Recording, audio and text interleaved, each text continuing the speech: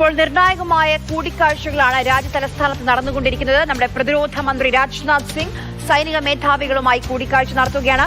സംയുക്ത സൈനിക മേധാവി അനിൽ ചൌഹാനും ഈ കൂടിക്കാഴ്ചയിൽ പങ്കെടുക്കുന്നുണ്ട്.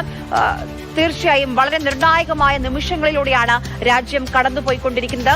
രാജ്യസുരക്ഷയെ ബാധിക്കുന്ന വിഷയത്തിലാണ് ഇപ്പോൾ കാര്യങ്ങൾ എത്തി നിൽക്കുന്നത്.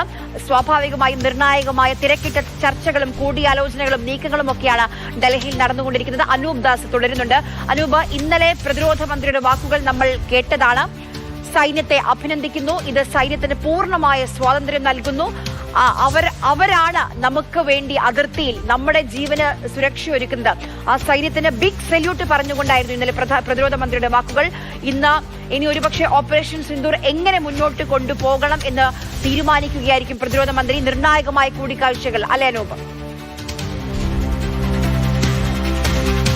വളരെ പ്രധാനപ്പെട്ട കൂടിക്കാഴ്ചകളാണ് നടന്നുകൊണ്ടിരിക്കുന്നത്. കാരണം ഞാൻ നേരത്തെ സൂചിപ്പിച്ച പോലെ ഇന്നലെ രാത്രി 8:30 മുതൽ നമ്മുടെ രാജ്യം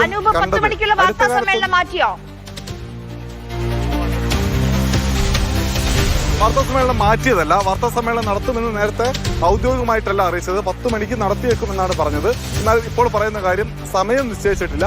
ആ കാര്യം വ്യക്തമായി അറിയിക്കാം എന്നാണ് ഇപ്പോൾ സൈനിക വൃത്തങ്ങളിൽ നിന്ന് സൈനികരുമായി ബന്ധപ്പെട്ട ഈ വാർത്താ സമ്മേളനം അറിയിക്കുന്ന ആളുകൾ വ്യക്തമാക്കുന്ന കാര്യം.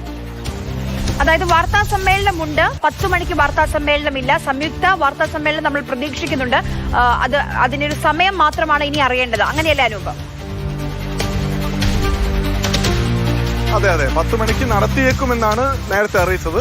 എന്നാൽ ഇപ്പോൾ ഔദ്യോഗികമായി പറയുന്ന കാര്യം സമയം കൃത്യമല്ല, സമയം പിന്നീട് അറിയിക്കും. എന്നാൽ വാർത്താ സമ്മേളനം നടക്കുമെന്നാണ്.